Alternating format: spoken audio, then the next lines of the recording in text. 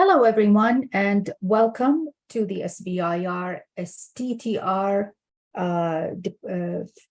FY24 Phase 1 Release 2 Topics webinar. My name is Zina Al-Yusuf. I am with the DOE SBIR Programs Office, and I will moderate today's webinar and provide you with some basic topic information as it relates to Release 2. Following this introduction, you will hear from the topics managers that oversee topics 1, 9 through 10, and 23 through 28, as they clarify their expectations and answer some questions that you may have regarding their respective subtopics. During this webinar, you may submit topics-related questions via the Q&A box located at the bottom of your screen. And this is where it's very important that you put the topic and subtopic number at the beginning of your questions so that we keep track of the questions submitted.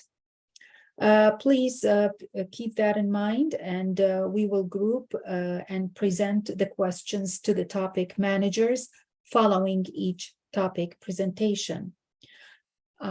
If you have a funding opportunity announcement or other non-topic related questions, please save these questions for the Phase 1 Release 2 Funding Opportunity Announcement webinar scheduled for December 15. We will post the recording of the webinar and a copy of the presentation on our website under Funding Opportunities webpage for you to access anytime you need to. The programs participating in today's webinar are Office of Cybersecurity, Energy Security, and Emergency Response. They have topic number 1. Office of Electricity, topics 9 through 10. Office of Fossil Energy and Carbon Management, topics 23 through 28. This is the first of 3 webinars that will cover the Phase 1 Release 2 topics. There are about 6 programs participating in this release, and we have approximately 117 subtopics. So today we will cover the topics for the 3 webinars we mentioned in the slide. As you can see, the topics document was issued on November 6th, and this week we are hosting the webinars. The funding opportunity announcement is usually released about 3 to 4 weeks after the topics are issued. We do this to give you the opportunity to read through the topics document and ask questions so you can make up a more informed decision as to whether or not you might have something that is responsive to what we are looking for in this release. The most important date following the opening of the funding opportunity is the letter of intent due date, which is the first step you need to take in order to submit a full application. DOE is the only federal agency that requires a letter of intent. It tells us who you are, what topic, subtopic you're interested in applying for, and a little bit about why you think you are responsive for that subtopic. So basically, if you do not submit that letter of intent, then you cannot submit a full application to the funding opportunity. Here you see as we mentioned earlier, the 6 programs that are participating in this release. We will be covering these programs in our topic webinars over the next 3 days. Please visit our website under Funding Opportunity page and register for the other 2 webinars. All three topic webinars are recorded, and the presentations will be posted on our website under the funding opportunities webpage, as we indicated. The funding opportunity is scheduled to be issued on December 11. After that, we will have the funding opportunity announcement webinar, or FOA webinar as we refer to it, on December 15. In this webinar, you will hear from SBIR STTR Outreach Manager, Eileen Chant. She provide an overview of the application process and go over a few changes to the program. So you will want to register for that free webinar. It is an opportunity for you to ask questions as it relates to the actual application process.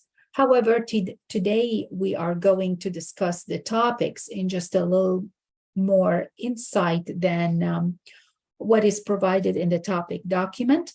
Please remember to join our mailing list if you haven't done so already, so you can receive notifications from us when topics are released, webinar registrations, and some good information applicable to each cycle as we move through the phase 1 process. We would like to bring to your attention that we use GovDelivery, a news application platform.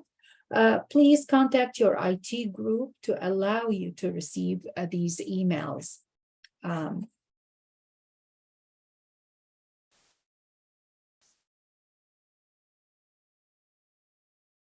And also we have the phase 0 application assistant program is available for first-time DOE, SBIR, STTR applicants. You can visit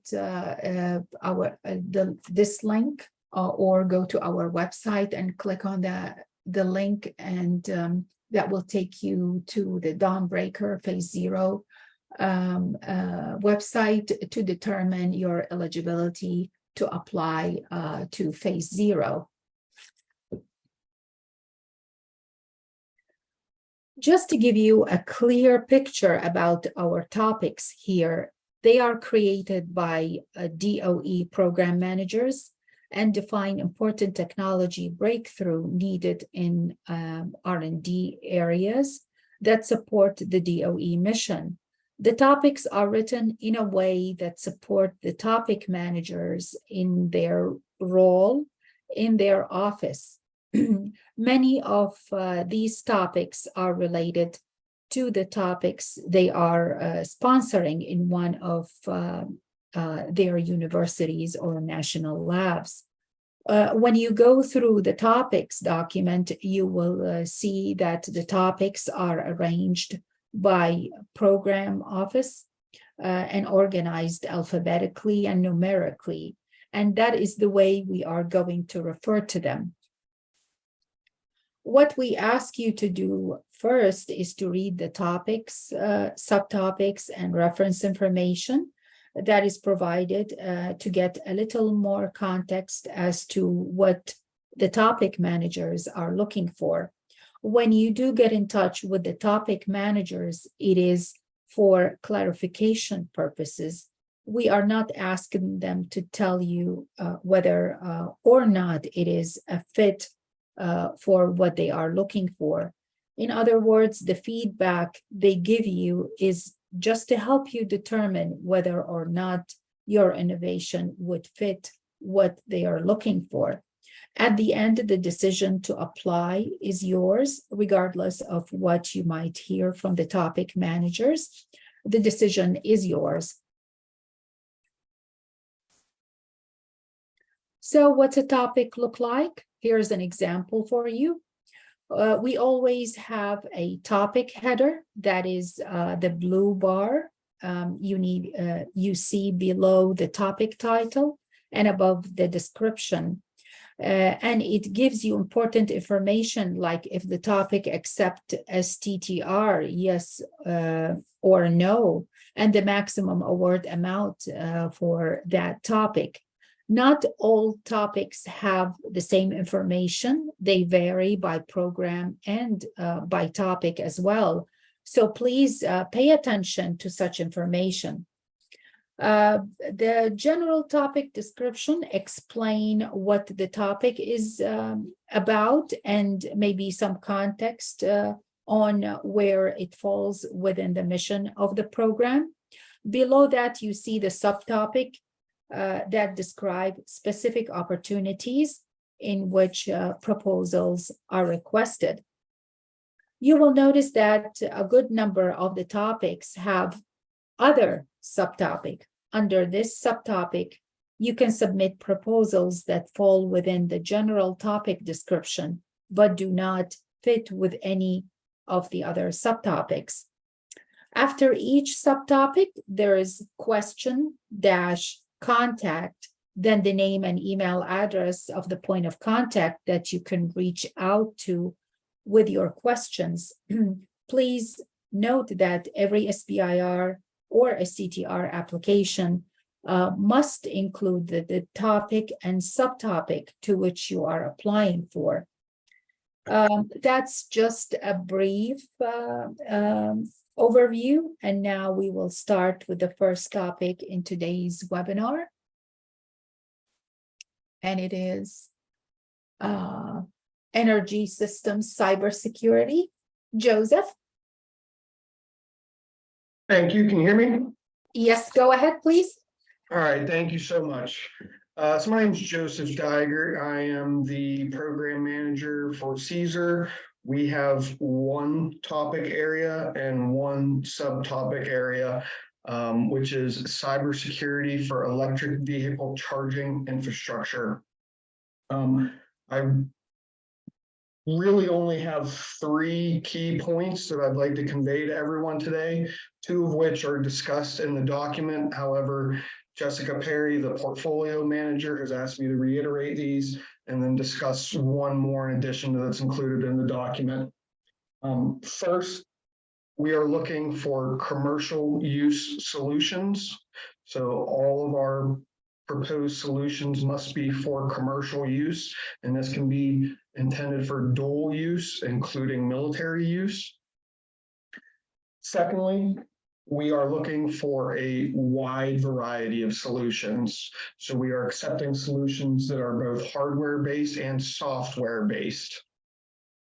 Both of those points were discussed in the FOA document or in the topic release.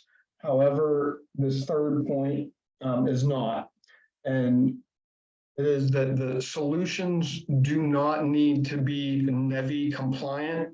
That is National Electric Vehicle Infrastructure, a program administered by the Federal Highway Administration.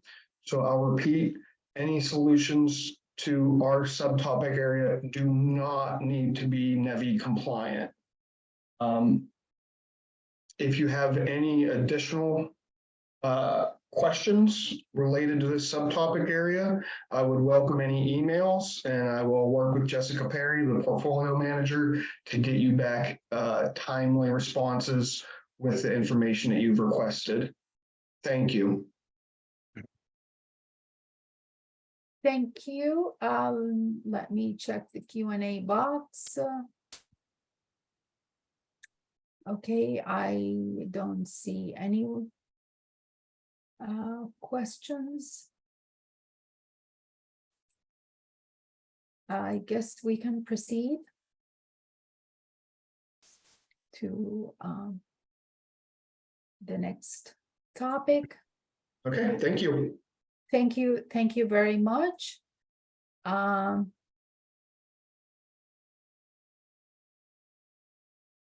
And Stewart? Good afternoon and good morning to some of you. I'm Stuart Cedres. I'm not Andre. I'm Stuart Cedres. Andre's probably in a plane right now. He's on travel, but he asked me to speak on his behalf. I'm the portfolio manager for the Office of Electricity. But before I talk about this topic real quickly, being the portfolio manager, I wanted to make the audience aware that these topics past topics and future topics. We go through a process of selecting them and involve our executive and decision makers in the office. So they are very mission essential to us. We take them seriously, and we encourage everybody to apply. And if you're a first-time applicant, don't be intimidated. Last year, about half of selections were first-time selections, meaning first-time applicants, so people that got it, businesses that got it for the first time. And so if you're a first-time applicant, slide 7 talk about phase 0. So I highly encourage you to take advantage of that, because we're looking for all kinds of ideas. So as it refers to this topic, extending distribution, transforming lifetime, and increasing reliability through innovation. Some key points that Andre wanted me to make. First, the innovation, he's looking for innovation that can extend the lifetime and increase the reliability of currently deployed distribution transformers. Keywords: currently deployed, they have to be already deployed, and distribution transformers, especially distribution transformer located at the grid edge and in front of the meter. Once again, keyword: distribution transformers. Application geared toward power transformers are outside the scope. We're not interested on those. So the desired innovations are those that cost competitive, readily available, and that can be retrofitted into currently deployed transformers. And the word I want to touch here, readily available, it doesn't mean that you have it ready to go, you know. That's why we have grants. It means that it could mean that you have it ready to go, or that you need to tweak it. And that, you know, that's the purpose that we have a phase 1 and potentially phase 2 to touch in those areas. What we don't want is stuff that's going to last. It's going to take somebody to develop, you know, like 3 years, 2 years, whatever amount. But if you have more questions about that, you can contact Andre Pereira in that email.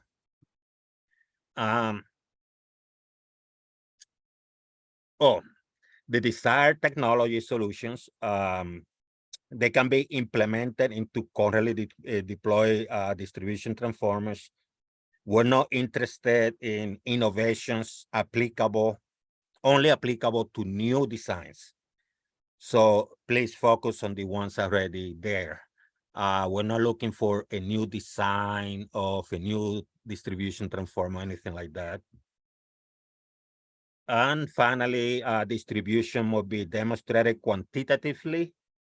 How the proposed distribution transformer innovation in question can extend the transformer lifetime and reliability over currently available technology.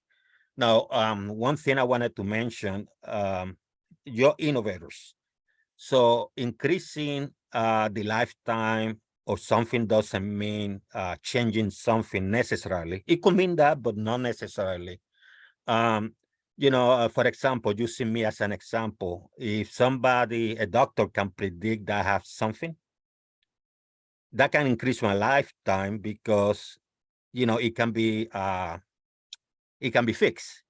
So things that can predict something in the transformer, some potential faults that are undetectable, other things, you know, it doesn't have to be predictive. It could be anything. You know, the sky's the limit for you. So I encourage you to contact Andre Pereira if you have other questions. You know, I think questions like, hey, here's my idea, what do you think? That's not the purpose of asking him questions. That's the purpose of the letters of intent. But you might have questions about the actual topic, and he'd be happy to answer them. Take a look at the references, because sometimes things are there too. And that's all I have for this topic. Thank you so much. Let me see. No questions, Stuart. Thank you so much. You're welcome. We can move to the next topic. Topic 10. Imre, are you online?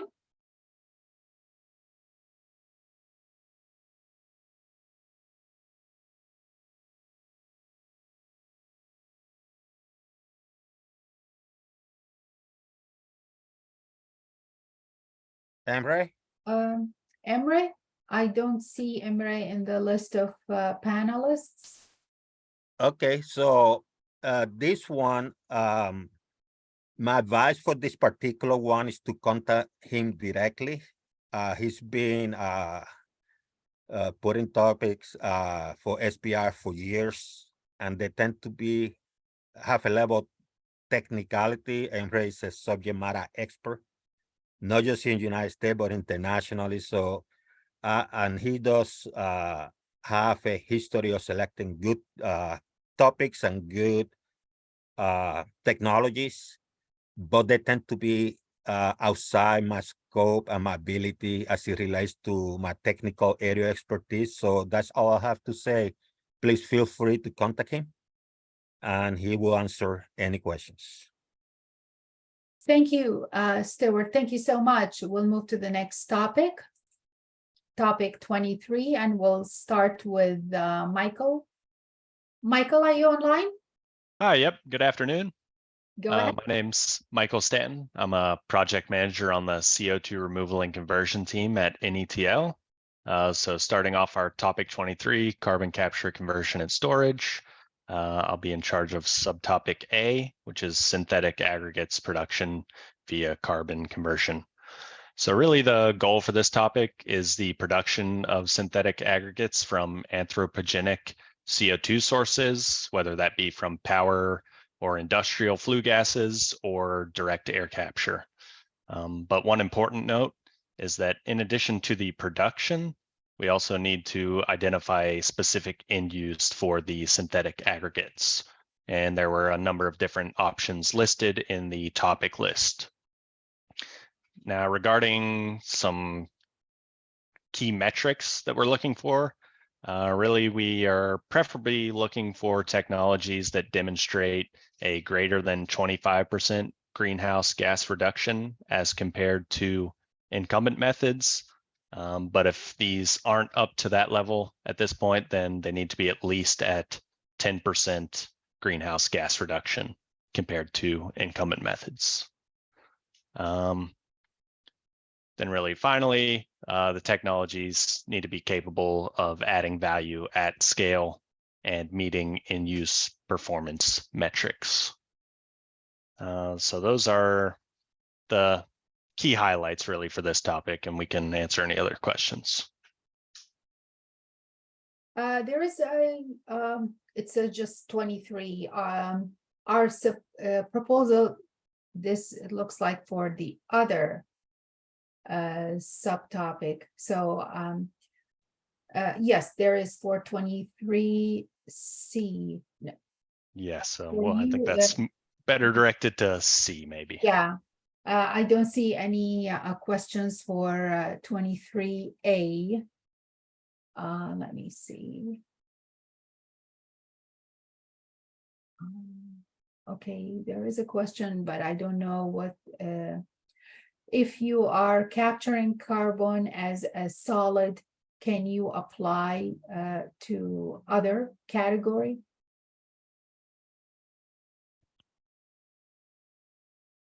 If this is directed towards me, then maybe if you want to follow up with me in an email, I might be able to better clarify that one. But yeah, for now, I'm not entirely sure of the answer for that one. Well, thank you so much. We'll go to subtopic B. Dylan, are you online? Yes, can you hear me? Yes, go ahead. Hey, good afternoon, everybody. I'm Dylan Leary. I'm the topic manager for subtopic B under the carbon capture, conversion, and storage topic. So for this subtopic, we're looking for mobile carbon capture approaches for on-road, off-road, and long-range marine transportation.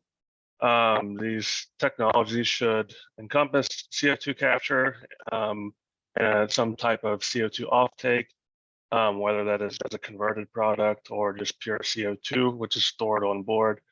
Also of interest under this subtopic are hybrid approaches. So maybe a dual electrification, low carbon fuel coupled with mobile carbon capture. Some critical metrics for this subtopic. So this subtopic is really a feasibility study, at least phase one. And so, you know, we need enough information to demonstrate the feasibility. So this would include things like process flow diagrams, technology description, operating conditions, heat and mass balances, energy sources for CO2 regeneration and offtake, stuff like that. And as I mentioned, phase one is really a conceptual design and feasibility study, although limited lab scale experimentation to validate the experiment or the design is permissible, and then that would be continued further in phase two. That's all that I have for this subtopic. If there's any questions, I can do my best to answer them. Okay, I don't see a question. So we can go to subtopic C. Hi, this is Katharina Daniels. Go I am a project manager at NETL on the Point Source Carbon Capture team. And just to give you a few more details about subtopic subtopic C. So this is AI-based forecasting models for amine and degradation product emissions. So solvent-based carbon capture does have the ability to potentially remove pollutants like sulfur dioxides from host facilities, but there's also the ability to have emissions or degradation product emissions. So we are asking applicants to develop machine learning tools that can forecast these emissions, specifically using the test campaign data from CSER 1 at TCM. So some of that data is in reference for the document that the release was made in. Applicants should focus their applications on the description of the machine learning model proposed and its anticipated capabilities, details of the anticipated computational time and process complexity, the ability of the model to be applied to different sets of test campaign data and different carbon capture solvent technologies, and the ability of the machine learning model to be integrated with online measurements and engineering process control. And I know there was at least one question for me. Yes, there is. Do we need any specific system or tool to analyze the data from the CSER 1 solvent testing? So the specific system or tool is not specified. It's somewhat the point of the request. So the machine learning tool and the model you make on that tool is what you're proposing to us, if that makes sense. Okay. How would AI-based forecasting demonstrate a 25% reduction? I am not sure how that, so the 25% reduction, let's see.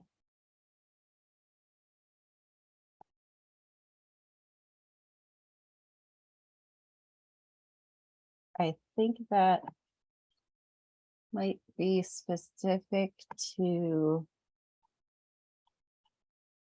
the carbon capture technologies. So I think that's kind of up to you to describe to us, but it's understandable it might not be a direct relationship for this particular model.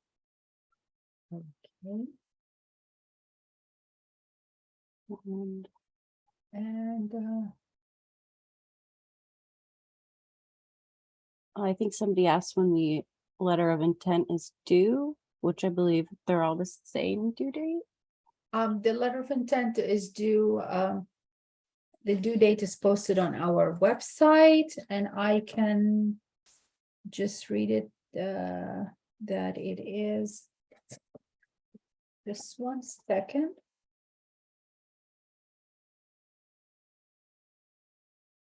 And if there's any other questions, or if I didn't give adequate answers, feel free to email me as well. The letter of intent are due January 3rd.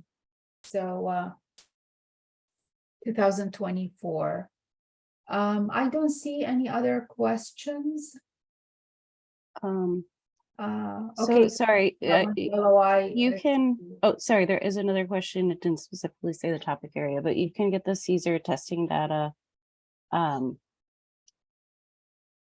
Honestly, I would just Google it, but there's also, it's in reference 4. And if you want to email me directly, feel free. I can hopefully give you more information, but I don't have the link in front of me. Thank you so much. And I would emphasize again to please put the topic number and subtopic number in your question. That way we can keep track of the questions and which subtopic it refers to. Please do so. And there is a capture and conversion rate. This is for subtopic B. How much emphasis? I think Dylan is typing an answer to that. So thank you, Katharina, and we'll move to the next subtopic. And we have, it is for Liz Wilson, and we have Yeah, this is Jonathan Moore. I'm covering for Liz today. She's out on travel. Sorry. I'm sorry. Go ahead. No, you're perfectly fine. So yeah, as I said, Liz is out on travel. My name is Jonathan Moore. I'm a project manager with NETL. Today I'm going to be talking both to topics D and E and F. So the first topic is carbon transport injection, asset integrity management design.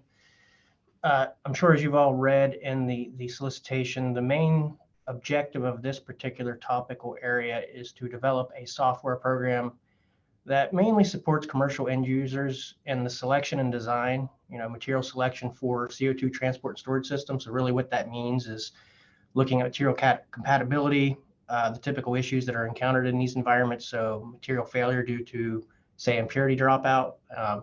And realistically, the references that are listed within that topical area show a lot of those major considerations and concerns. There was a workshop hosted last February that was pretty in-depth looking at a lot of the concerns that industry currently faces. So where the innovation comes here is developing a software package that's either standalone or plug-in that can support these decision makers when designing these systems. And that short window when a system first comes online is especially important for these asset management and design considerations. So that's typically when you have an asset dropout or other considerations you need to be aware of. Some of the critical metrics that this particular solicitation is looking at, is not to necessarily develop a whole new code or to develop new standards, but to reference existing codes, existing literature. So that'd be ASME, the Pipeline Hazardous Material Safety Administration standards in designing this program. And insofar as realistically where, projects and teams would work with, this is, again, targeted at the developers that are going to be building these assets and monitoring them. So that is really where, the end user is targeted at. That being said, happy to take any particular questions on that topic. And if I can't answer them, we will certainly route them to Liz as well. Okay, and this is, yeah, I'm sorry, did you go over all three? No, That's the 23 D. I didn't talk to 23 E or F yet. Okay, let me see if there's anything for 23D. It doesn't look like it. Please go to the next subtopic. Sure. So the next topic is turnkey service to create a gravity-based geophysical monitoring network for use during carbon storage operations. I recognize that is a very long title, but ideally what this topic is centered around is, tools and capabilities to monitor a CO2 plume in the subsurface. So that's been a big focus for DOE, fossil energy and carbon management for many years. We have many programs that fund that. And the innovation here is looking to complement existent monitoring practices. So where this topic really is centering around is designing a monitoring system that leverages gravity-based approaches for sensing CO2 plume movement, and doing so in a way that can detect and monitor very small plume movement. So that would be the heterogeneities in the subsurface, such as fractures or near the seal, where you might have brine migration being pushed by CO2, and being able to accurately model those using that technique, or using joint inversion with other existing monitoring techniques such as seismic, passive seismic, resistivity, any kind of EM sensing.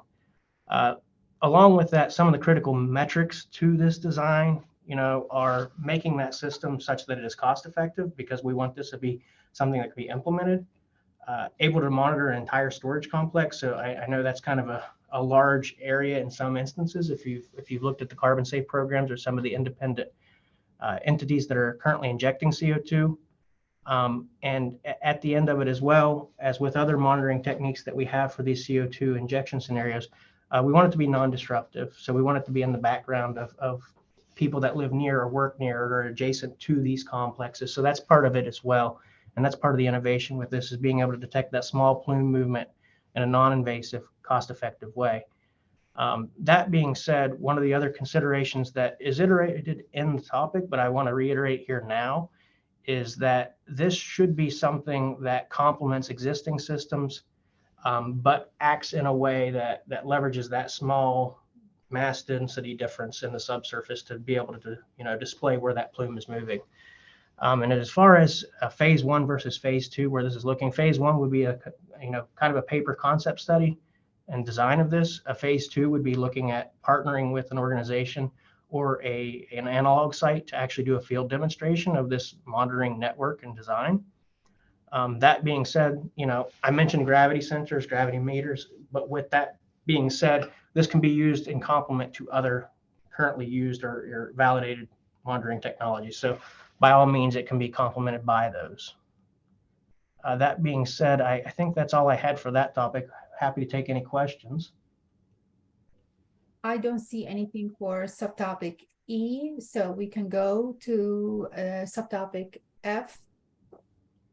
Yeah, and subtopic F realistically is functioning as a way for any kind of topical items that might not fit specifically into those categories that folks are working on, or that they would see as potentially advantageous to CO2 monitoring, either in the transport space, talking about that integrity management, or in that reservoir monitoring space, that are novel and bring value to that overall ecosystem. So that is really what that other topic is looking at, is bringing in those new innovations that can help us safely and effectively monitor these transport and storage systems. Thank you. It looks like we have a question for subtopic E just received. How important is cybersecurity in this process? So for the gravity-based monitoring, that's really going to be site dependent. I don't want to put too much emphasis on that, because that's going to depend on the operator. But at the end of the day, you do want to have some level of cybersecurity so that you're not publicly broadcasting this data or having it compromised in any fashion. And that would really go along with other monitoring techniques. A lot of these are telemetry based and remote systems. So I don't know if that specifically answers your question. If it doesn't, feel free to email Liz and we'll get that with our program folks. But hopefully that gives a flavor to what we're looking at. And so far as the design, that's not the primary goal, to design a foolproof cybersecurity system. Realistically, that should be folded under the envelope of other monitoring techniques. Okay, it looks like this question is more related to the application process, where the person is asking, our proposal submitted as other, which means under the other subtopic, judged to be as competitive to those submitted to specific subtopics, all other subtopics? I'm sorry, I can't particularly answer that question. That would have to go to Liz. I'm not sure how they're planning to divvy these out specifically, but please reach out to Liz with that. Thank you so much. No more questions for topic 23. Thank you very much. We can move to the next topic. Topic 24, and Richard. Yeah, actually, go by Mike. Oh, go ahead. No, that's okay. That's okay. I think that's why they put in parentheses here. Yeah, for topic area A, we're looking specifically here at materials durability. As many of you are aware, direct air capture has been an area of interest now for several years. There's several entities that are testing pilot to larger DAC units. But one of the things that really isn't known at this point is the longevity of a lot of these materials. Some may have focused on, just one or two components of what these are going to encounter out there in the real world. So we really need to, determine are some of these existing materials that do work for DAC, are there concerns with them breaking down? Is it going to boil down to it's going to be costly for frequent replacement of these solvents or sorbents, or worse yet, is there something during the degradation that's going to have an environmental impact? So we really want to focus on materials that are as benign as possible from an environmental sense, but also durable and still perform to the desired capacities that we've seen in the research so far. So, obviously some of the big focus areas is, looking for durable materials that can last for thousands of regeneration cycles, preferably. If there is degradation, which everything is going to have some level of degradation, can you identify mechanisms and in any of the products, especially if there's going to be anything detrimental coming out of these when they degrade? And then are there ways to maybe recycle, upcycle, or rejuvenate some of these materials to maybe help with some of the costs when you inevitably are going to have to replace these materials? And then a big focus of this, as with most of the DAC related technologies, we do need some techno-economic analysis and life cycle analysis done to really verify that these are going to be economically viable processes to be used. And as a follow-up on this, in the phase that kind of in phase 1, phase 2, you're looking at potentially if you have a good technology, it could be implemented into future regional DAC hubs, and those are starting to roll out now. So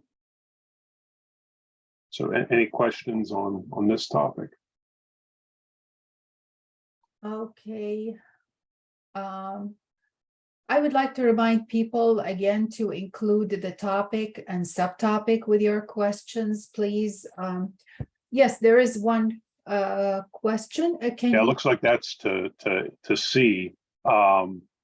Just to say, it's pretty broad at this point. If it relates really in any way to a method of direct air capture that isn't going to rely on fossil energy powered electricity, isn't going to be harmful to the environment. It's pretty broad for this topic. So we are still looking for novel ideas out there. So this is for that's for the other. the other, which reads, can you speak to how broad the other subtopic category is? Thank you for answering that. Eyes wide open on that one. I'll just say that. Yeah. And for 24A, is previous phase 1 required? Or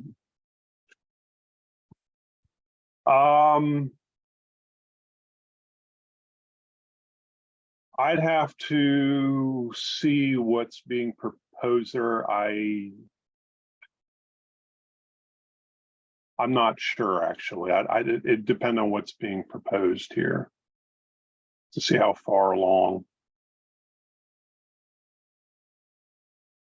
that technology is. So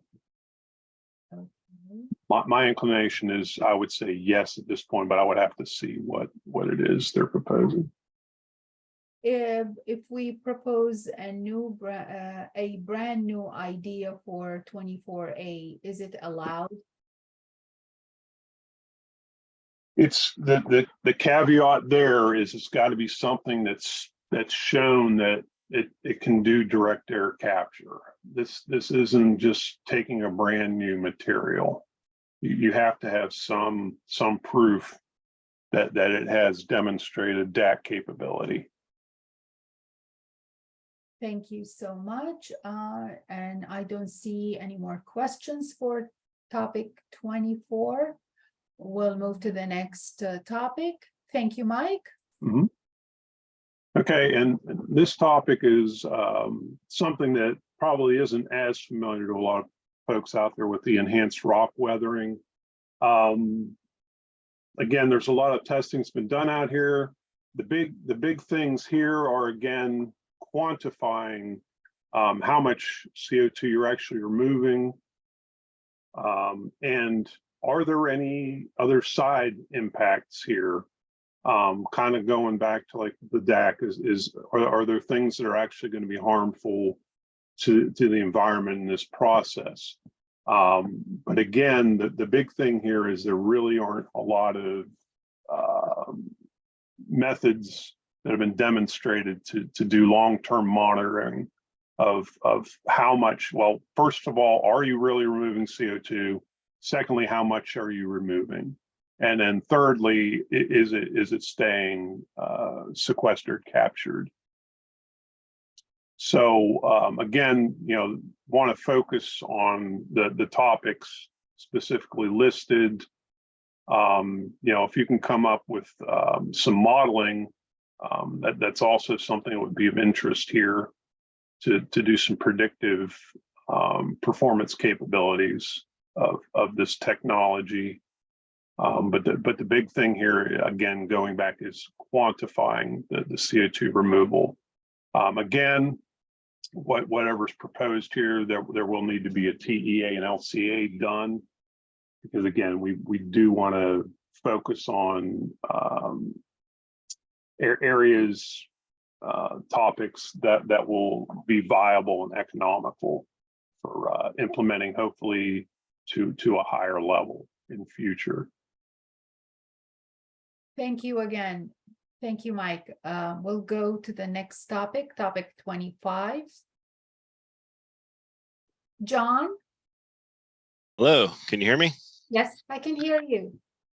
Hello, I'm John Homer. I'm a project manager on the hydrogen with carbon management team at NETL in Pittsburgh, Pennsylvania. So I'm the subtopic manager and point of contact for advanced thermal barrier coatings and environmental barrier coatings for ceramic matrix composites. So we are looking for research and development specific to the environmental barrier coatings and thermal barrier coatings as applied to ceramic matrix composite surfaces that are used in operating temperatures, elevated operating temperatures applicable to turbines operating in or on 100% hydrogen environments. Some keys to success for the materials for achieving reliable hydrogen fuel turbines include long lifespan, comparable maintenance to the natural gas type turbines, consistent operation, and safety. So we're not interested so much in the processes that do not show any improvement over current state-of-the-art technologies. And I would say that some of the key metrics for the environmental barrier coatings and the thermal barrier coatings should focus on really improving properties required for hydrogen fueled gas turbines, such as the cost of operation and maintenance, strength of the coatings, the toughness, their mechanical stability in terms of things like impact and thermal resistance, chemical stability in terms of oxidation and corrosion resistance, as well as their compatibility and manufacturability. Some things might include, for example, looking at cycling and in any kind of changes observed in thermal conductivity or microstructure for those materials. The expected partners would include R&D and manufacturing. And in terms of a phase one should primarily focus on demonstrating the feasibility of innovative environmental barrier and thermal barrier coatings, specifically for protecting the composite matrix ceramics and hydrogen turbine applications, whereas phase two would primarily involve the principal research and development to pursue the commercialization of those types of coatings for the hydrogen fueled turbine applications. So I'd be happy to answer any questions there, if there are any at this time. For 25A, I don't see any question. Okay. So if there are any questions later, be happy to answer those. My contact information there is listed for the subtopic. Thank you. Thank you so much. Thank you, John. You're welcome. Eveline, are you online? Yes, can you hear me? Yes, go ahead, please. Hello, everyone. My name is Evelyn Lopez. I'm a project manager in the Hydrogen with Carbon Management team. Also, I'm the topic manager and point of contact for topic C5825, impurity resistant SOEC fuel electrodes. What we're looking for is looking for the development of impurity resistant SOEC fuel electrodes through technologies that can be commercialized. We're not interested in cathode electrodes or technologies that focus only on the development of the hydrogen electrode without consideration of its commercial viability. Some critical metrics, degradation sources and calculations, and how the materials used will quantitatively reduce degradation. Manufacturing process required to achieve the proposed architectures, cost, and implementation complexity. And applicants must clearly state how they can overcome challenges related to the integration and scaling up of the proposed processes in manufacturing. Phase two versus phase one would be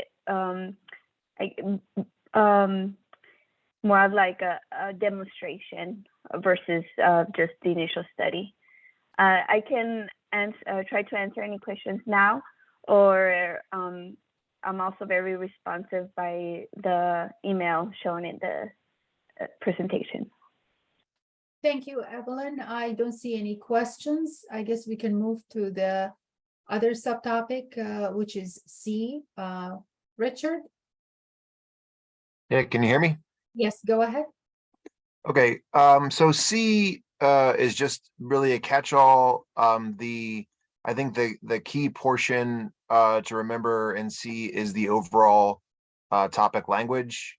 This is the hydrogen has to be carbon based, and it has to be connected to one of the technologies in the program specified at the top. So you have gasification, waste gasification, reversible solid oxide fuel cells, hydrogen turbine technology, advanced materials and sensors and controls, and under advanced materials and sensors and controls, it needs to be connected to the development of carbon-based hydrogen technologies. Okay, there is a question for subtopic C. Would a proposal to develop a novel separation membranes be responsive? It depends. If you want to email me, more information, I'd be happy to answer. But without knowing a little more information, it's hard to say whether or not, that would be applicable. Thank you. The email address is, as you see on the screen. And also, all managers' email addresses are included in the topics document for interested applicants to contact. Thank you so much. We can move to the next topic, 26. Sandy? Good afternoon. My name is Sandy Napolitano. I am the project manager for this topic, critical minerals and materials applications. The information that I'm going to describe applies to all three of the subtopics. Applications to this topic should seek to develop technologies capable of rapid subsurface characterization and development of methods or techniques for efficient and cost-competitive subsurface in situ CMM beneficiation. Excuse me. The application of artificial intelligence and machine learning to assist with development of these technologies or methodologies, or the development of technologies or methodologies that are compatible with and accelerate use of AI, ML are highly encouraged. It's important to note that there are two topics not of interest. Those include the development of methods or techniques explicitly for use at or on the surface, and feedstocks consisting of recycled electronics, other e-waste, or geothermal brines. I will not be making determinations on what is of interest on this webinar today. Applications will receive feedback based on their submitted letter of intent. Thank you. There is a question for 26A. Can we apply based on technology that is new being under development? There will be a need in R&D to make it exactly applicable for CMM detection, though. The current R&D work is funded by FHWA SBIR phase 2. It would be better if you could just email me that question, but as I stated earlier, the applications will receive feedback based on the submitted LOI. Thank you. Thank you. And Sandy's email address is in the topics document as well as in the slides, as you can see on the screen. There's for 26C, is a novel underground mining process of interest? As I stated, I can't make a determination on what is of interest on this webinar. Oh, okay, thank you so much.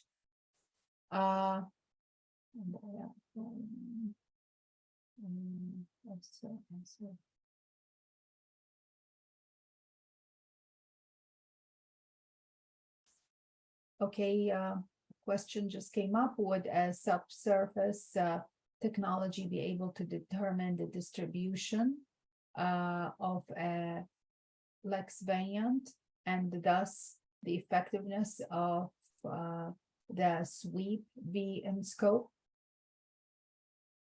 I can't make a determination, but if you want to send me an email, you can do that. Okay. There's another one, 26C, critical minerals and materials application, other. Are there any particular areas DOE is focusing on for CMM? Is this topic focused mainly subsurface on situ CMM detection and beneficiation? Application to this topic should seek to develop technologies capable of rapid subsurface characterization and development. I can't make a determination on your specific project, but you can send me an email if you'd like. Thank you so much. Okay. Okay, this one we answered as well. So I don't see any questions for 26. We can move to the next topic.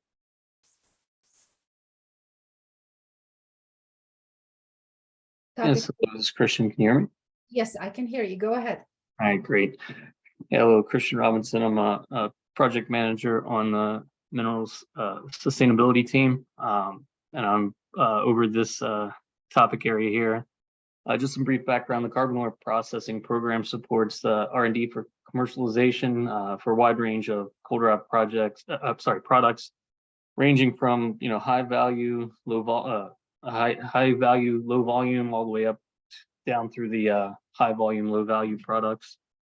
Our subtopic A that we're looking for is the direct use of coal or carbonaceous coal waste as lithium-ion battery anodes. For this, the main points we're looking for: applications are sought for R&D for the direct use of coal or carbonaceous coal waste as anode material in the lithium-ion batteries. The anode carbon must be more than 50% coal or carbonaceous coal waste. Technical approaches should not include significant feedstock upgrading or heat treatment. Some examples given were solvent extraction or graphitization. And use of conventional anode graphite with just a small addition of coal-derived carbon is also specifically not of interest. We're looking for at least 50% coal or carbonaceous coal waste to be used. Just to hit some highlights of the proposals, what they should focus on. The process that the coal or coal waste is treated or prepared as an anode material.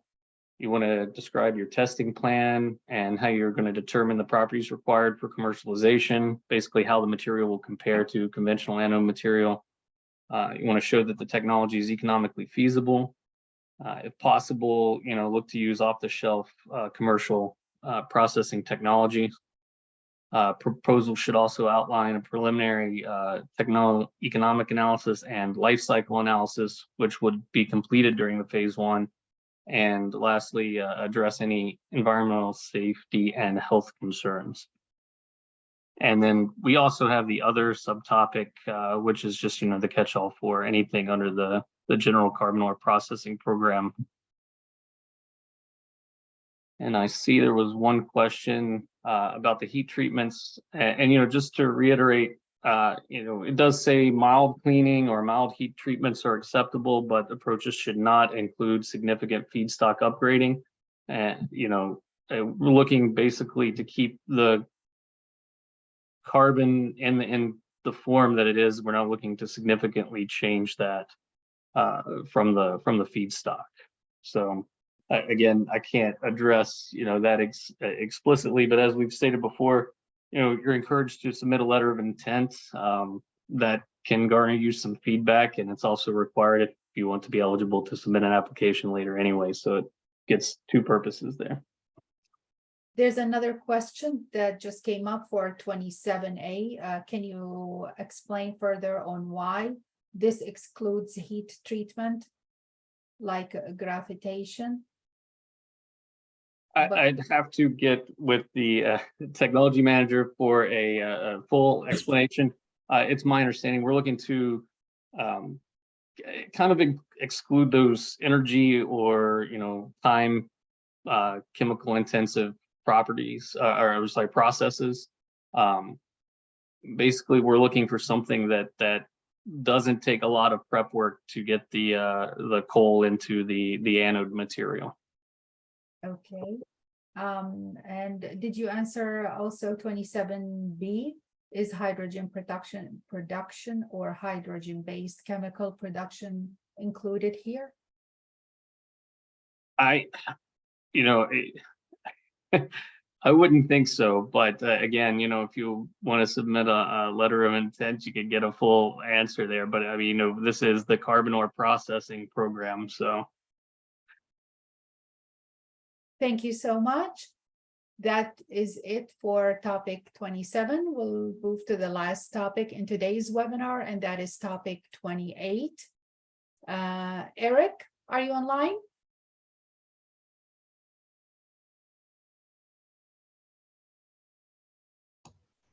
Yes, I am here. Eric? We lost you. The audio is not good quality. Can you hear me? We're just gonna wait for Eric to fix the audio issue. I'm sorry, I cut out there. This is Eric. I'm here. Yeah, go ahead.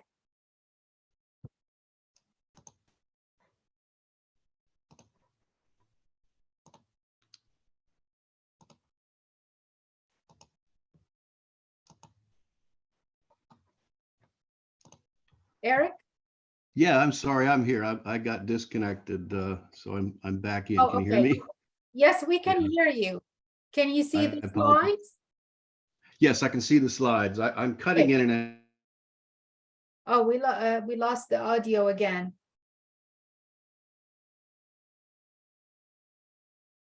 That's okay. We can wait. Okay, can you hear me now? Yes, yes, we can hear you.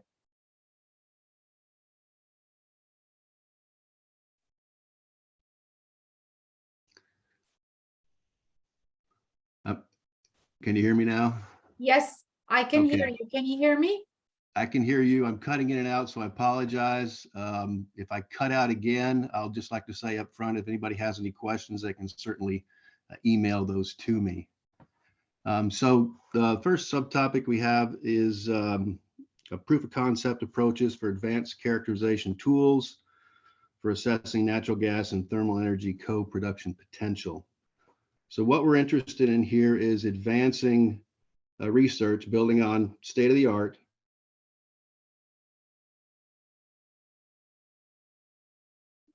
Eric, we can't hear you.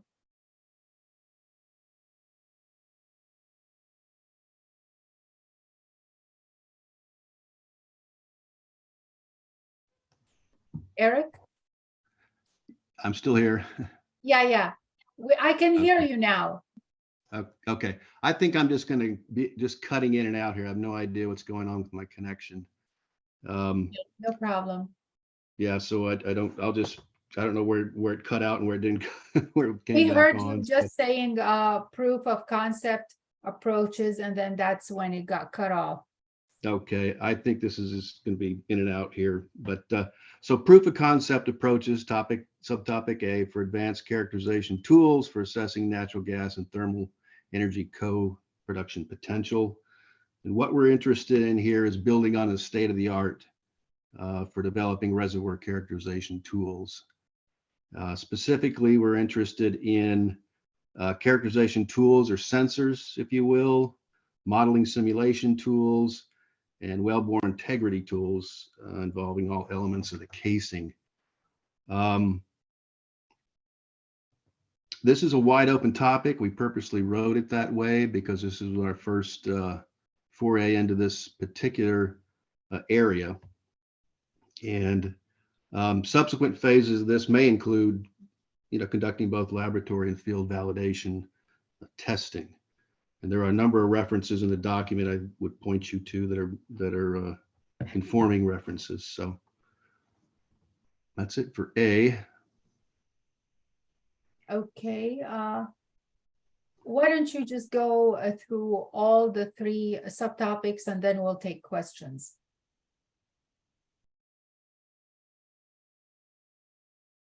Eric?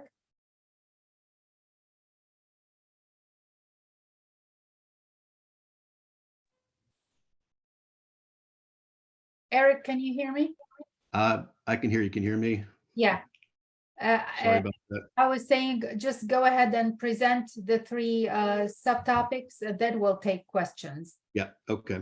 So produce water optimization, subtopic B, Pareto. And Pareto is an open source software platform, produce water management platform that was developed at ATL with some other participants.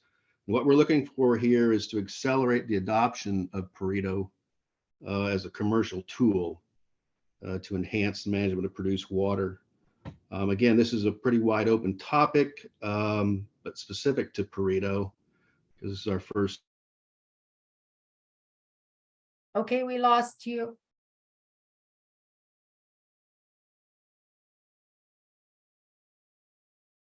Eric, we lost you.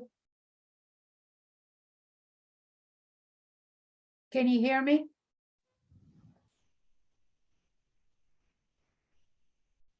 You guys hear me? Yeah, you said, I'm just going to go ahead and just stop talking because I'm in and out here with this connection. okay, you said, Any questions can come to my email address. Be happy to address them. okay, let me, while I have you, I'm just gonna read some of the questions. I do apologize, it seems that Eric is having connection issues. Subtopic A, do projects need to cover reservoir characterization tool, advanced modeling and simulation tools, and wellbore integrity tools, or can we just cover one of these areas?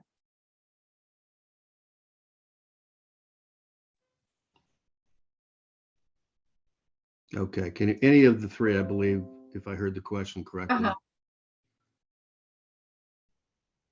Yeah, any of the three. Any of the three, okay. Yeah. Thank you. Let me see. Subtopic C, in a process that promotes methane emission reduction responsive to this topic. That's something, if you could send that to me, I've got to pass that by those other category ideas by my technology manager for a read, so you can send that to me. Okay, with the person who asked this question, please contact Eric via email. The email address is written on the screen and also in the topic documents. Then we have, is there still interest in remediation technologies? Can you repeat that, please? I'm sorry. Is there interest in remediation technologies? Again, that sounds like an other, I guess the question is heading at, but so you could send me that and I'll have to pass that by my technology manager as well on any of these other topics. See. Okay. Do applicants to the other subtopic have an equal chance to making it through to phase one?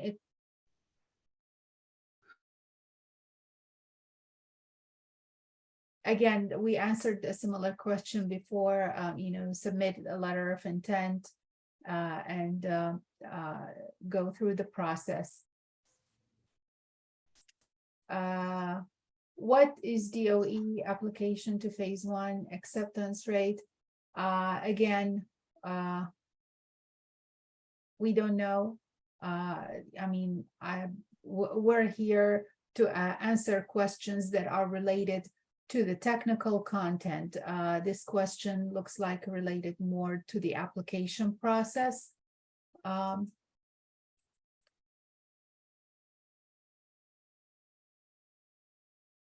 What level of technology, tech maturity do you expect to see in phase one versus phase two? This is for 28C.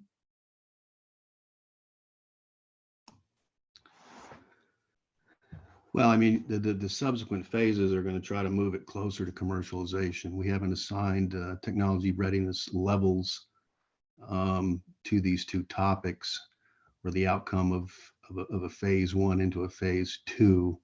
Be happy to answer a little more on that if you want to send me that question as well. But I think that's where that stands. Okay. What challenges are you facing with the adoption of Pareto now? To be honest with you, I'm not completely familiar with that platform. I think that they want to get it introduced into a commercial environment. So industry involvement is what the interest is, and feedback from industry. And that's where that sits.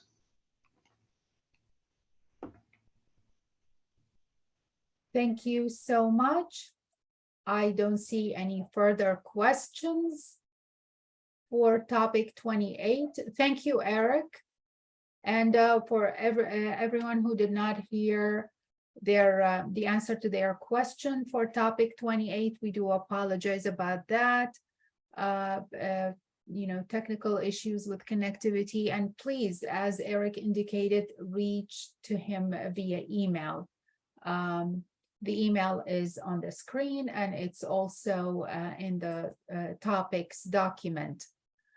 Thank you so much. We come to the end of our of today's webinar here.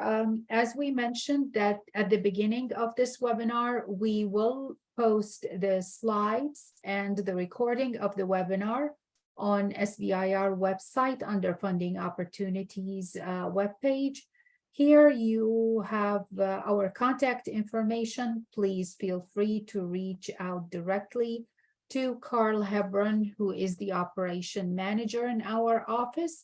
Carl and his team can answer just about any question you may have about the application process. I also want to point out again that Phase 0 Assistant Program is open to all first-time DOE applicants. So if you have never applied to DOE before and looking for application assistant, I encourage you to go online, and you can find the link here, or go to our website under applicant resources page and click on the link that will take you to the Phase 0 website, where you can complete a 3-minute application to see whether or not you are eligible for that service. It is a first come, first serve service, but it is something that can help you go through the application process. That will be it for today's webinar. We have 2 more webinars. If interested, please go to our website and register for those 2 webinars. Thank you for attending, and that will be it for today's webinar. Thank you again.